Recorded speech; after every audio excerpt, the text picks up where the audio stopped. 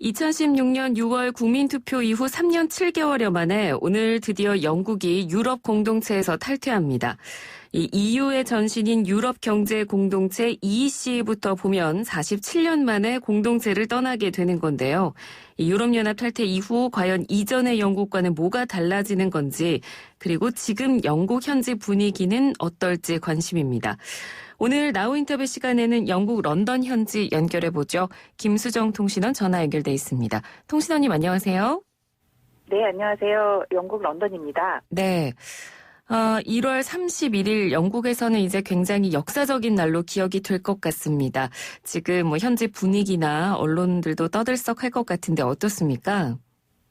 네, 그렇습니다. 2016년 6월 국민투표 이후 3년 3개월 만에 브렉시트는 마침내 이렇게 현실화됐는데요.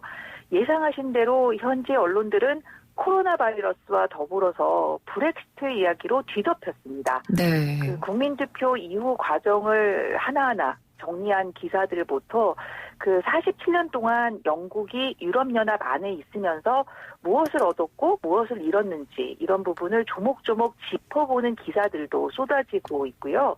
특히 국민들이 가장 많은 관심을 갖는 부분은 역시 앞으로 어떻게 될 것인지 미래에 관한 겁니다. 영국과 EU는 올해 12월 31일까지 전환 기간을 두고 협상을 벌이게 되는데요. 네. 이 기간 동안 자유무역협정은 어떻게 진행될지, 안보나 이민 문제 같은 이런 예민한 부분들이 어떻게 정리될지에 대해서 모든 국민들이 촉각을 곤두세우고 있습니다. 네. 또 역사적으로 의미 있는 날인 만큼요. 그 영국 국기인 유니언 잭을 내걸고 드디어 브렉시트가 이루어진 것에 대해서 자축을 하면서 기뻐하는 술집이나 식당들도 많이 보이고 있고요. 한편 반대로 브렉시트를 반대하던 시민들에게는 좀 우울한 날이 됐는데요. 그 촛불을 켜놓고 묵념하는 모임도 곳곳에서 열리고 있다고 합니다. 네, 그렇군요. 그러니까 이 현지 시각, 영국 시각으로 오늘 밤 11시를 기점으로 이제 브렉시트가 이루어지는 건데 관련 행사들도 많이 열린다고요? 네, 그렇습니다. 전국 각지에서 여러 그 기념 행사가 열립니다. 총리실에서는 밤 11시에 그 영국 국기와 조명식의 장치를 설치를 했고요. 또 주변 정부청사에 불을 밝히고 간소하게 기념 행사를 치르겠다고 발표했습니다. 네. 또 집권 보수당은 브렉시트를 자축하는 기념품을 대거 출시했습니다.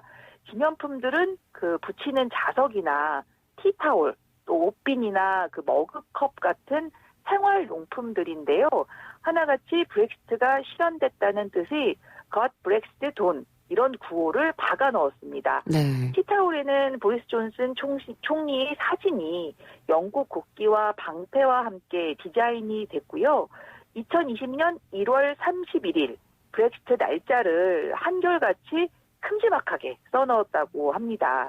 한편 보리스 존슨 영국 총리 역시 방송을 통해서 밤 10시에 관련 연설을 진행할 예정인데요. 이미 존슨 총리는 인터뷰를 통해서 영국으로서는 그 위대한 순간이다 이렇게 발언을 했고요. 그 희망과 기회의 순간이지만 자신감 넘치는 마음으로 함께할 수 있는 순간이기도 하다 이렇게 의견을 밝혔습니다. 또 총리는 브렉시트가 여전히 국가를 분열시키고 있음을 염두에 둘 것이지만 31일 열리는 유럽연합 탈퇴 기념행사는 존중하겠다 이렇게 말했습니다. 네. 그런데 이렇게 마냥 축제 분위기로만 즐길 수가 없는 게 브렉시트를 반대하는 국민들도 사실 많았기 때문에요. 기념식을 너무 거창하게 한다거나 이렇게 축제 분위기를 이어가면 오히려 여론이 좀 분열된다거나 국민들 사이에 갈등을 일으킬 수도 있지는 않은지 그런 부분에 대한 우려의 목소리도 좀 있을 것 같은데 영국 현지 분위기는 어떤가요? 네, 바로 그런 점 때문에 정부에서도 상당히 조심스럽게 좀 소박하게 기념행사를 치르는 모양새인데요. 네. 그동안 그 브렉시트로 인해서 말씀하신 대로 여러 가지 분열을 겪은 데다가 국민 상당수는 여전히 브렉시트에 반대하는 입장인 만큼 떠들썩하고 화려한 축제보다는 최대한 정중하고 좀 다소 보수적으로 그 축하를 하겠다는 입장입니다. 네, 그렇군요.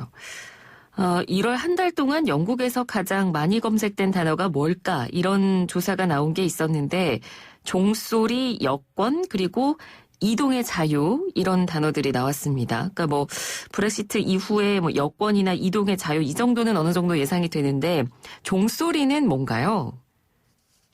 네, 이게 그 영국의 일간지 파이낸셜 타임즈가 보도를 한 건데요. 네. 사실 모두 브렉시트와 관련 있는 검색어입니다.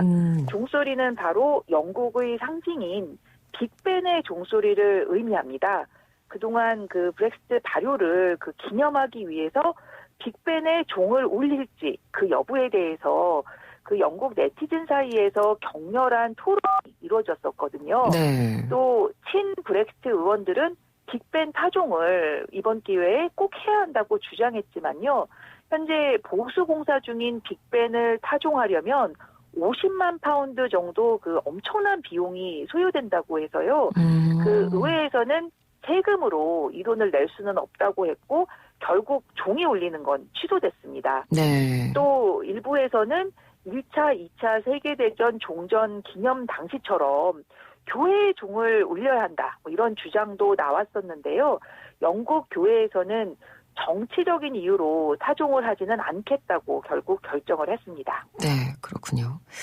뭐 여권이나 이동의 자유 이 부분은 영국 내에 있는 국민들도 굉장히 많은 관심을 가졌기 때문에 또 이 검색어가 나온 게 아닌가 싶은데 브렉시트 이후에 그러면 뭐 영국 국민들이 여권 사용이나 뭐 이동을 하는 데 있어서 차이가 좀 생기나요? 어떻습니까?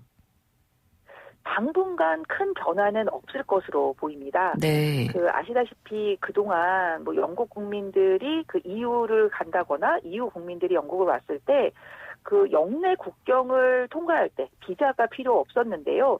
심지어 그 나라에 따라서는 여권 검사도 필요 없는 경우가 많았습니다. 네. 그런데 이제 영국이 EU를 탈퇴하니까 이야기는 좀 달라지는 거죠. 그 원칙적으로 여권 보안 검색 등 이동의 제한이 생길 수밖에 없는 겁니다. 하지만 연말까지 전환 기간이 설정되면서 당장 뭐 큰 변화가 있을 것 같지는 않습니다. 전문가들은 한결같이 일단 올해 말까지는 영국인들이 여권을 현재처럼 계속 이용할 수 있게 되고요. 이동의 제한을 받지 않을 것이라고 설명을 하고 있고요.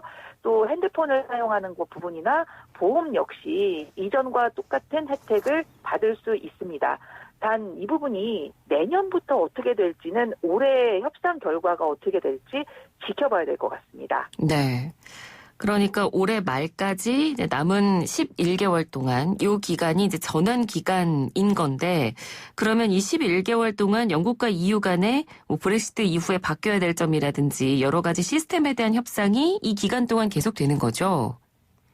네, 그렇습니다. 그 앞서 영국과 EU는 브렉시트의 원활한 이행을 위해서 브렉시트와 그 완전한 탈퇴 사이에 과도기를 두기로 하고 이렇게 전환 기간을 설정했는데요. 네. 이에 따라서 브렉시트 이후에도 이 기간 동안 영국은 계속 EU 관세 동맹과 단일 시장에 남아 있게 되고 또 예상 분담금을 포함해서 EU 회원국의 의무를 준수해야 합니다. 양측은 이 기간 동안에 그 자유무역 협정을 비롯해서 무역, 안보, 이민, 외교, 뭐 정책, 교통 이런 모든 부분에서 다양한 협상을 매듭지어야 하는 겁니다. 네. 그런데 이 EU를 탈퇴하는데 뭐 3년 7개월이나 걸렸는데요. 이 11개월이라는 시간 동안 뭐 수많은 규칙들이 다 마련이 될지 그리고 만약에 이 기간 동안 협상이 안 되면 그 이후에는 어떻게 되는 건지 이 부분에 대한 우려도 좀 많을 것 같은데 관련 뭐 뉴스나 보도들도 지금 많이 나오고 있겠죠? 예, 그렇습니다. 어쩌면 지난 3년 넘는 기간 동안의 그 진통보다 앞으로 11개월이 더 어렵고 힘든 과정일 거라는 우려가 쏟아지고 있는데요. 네. 그 이유는 그 영국 말고도 그 남은 EU 27개국이 승인을 해야 되기 때문입니다. 그 각국의 이해관계가 첨예하게 좀 다양하고 또 대다수를 만족시키는 모두를 만족시키는 결론을 도출한다는 게 참 쉽지가 않기 때문에요. 그 영국도 그렇지만 유럽연합 역시 이 방대하고 복잡한 미래 관계 업상을 11개월에 그 마무리 짓기에는 턱없이 부족한 시간이 아닌가 이렇게 깊은 우려를 하고 있는데요. 네. 이 때문에 만약에 올해 말까지 협상이 타결되지 않으면 영국은 또 할애 없이 EU를 떠나는 사실상 노딜 브렉시트와 다름없는 상황이 닥칠 수도 있다는 예측도 한편에서는 나오고 있는 상황입니다. 네. 그리고 이렇게 브렉시트가 현실화되면서 이 스코틀랜드에서 분리 독립을 위한 제2의 주민투표를 추진하겠다 이런 목소리가 또 나오고 있습니다.